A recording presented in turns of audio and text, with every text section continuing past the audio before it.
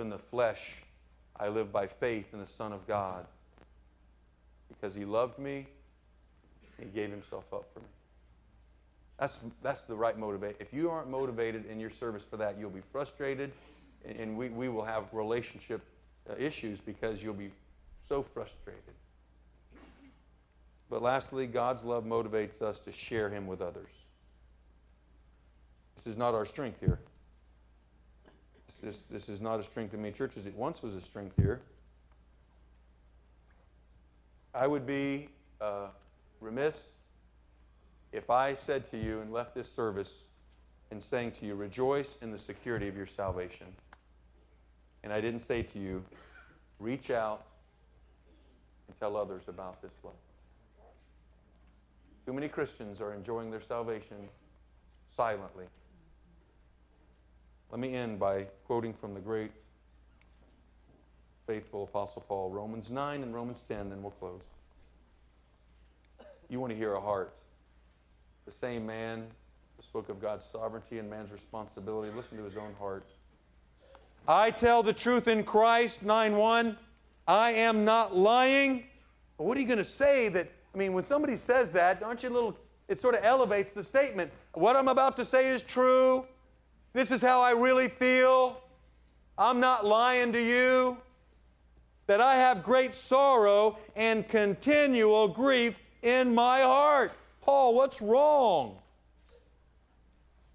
For I could wish that I myself were accursed from Christ. Anathema, the strongest word. Damned is the word.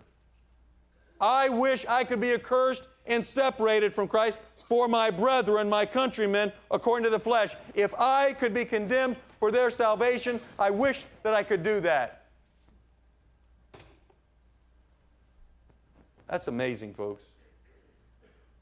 That's right motivation, isn't it? He knew he couldn't lose it. He just told us how secure it was.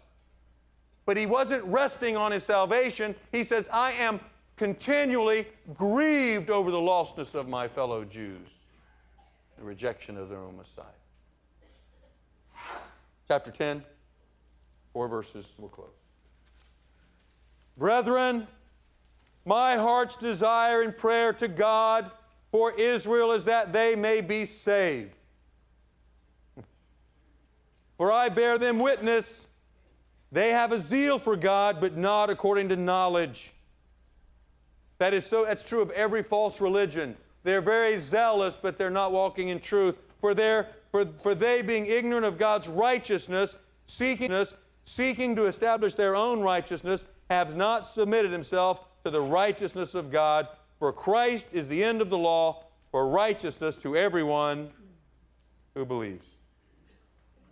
Today there are 3 things that I hope happen as we close. Number 1, I hope that every true believer will rejoice in their salvation.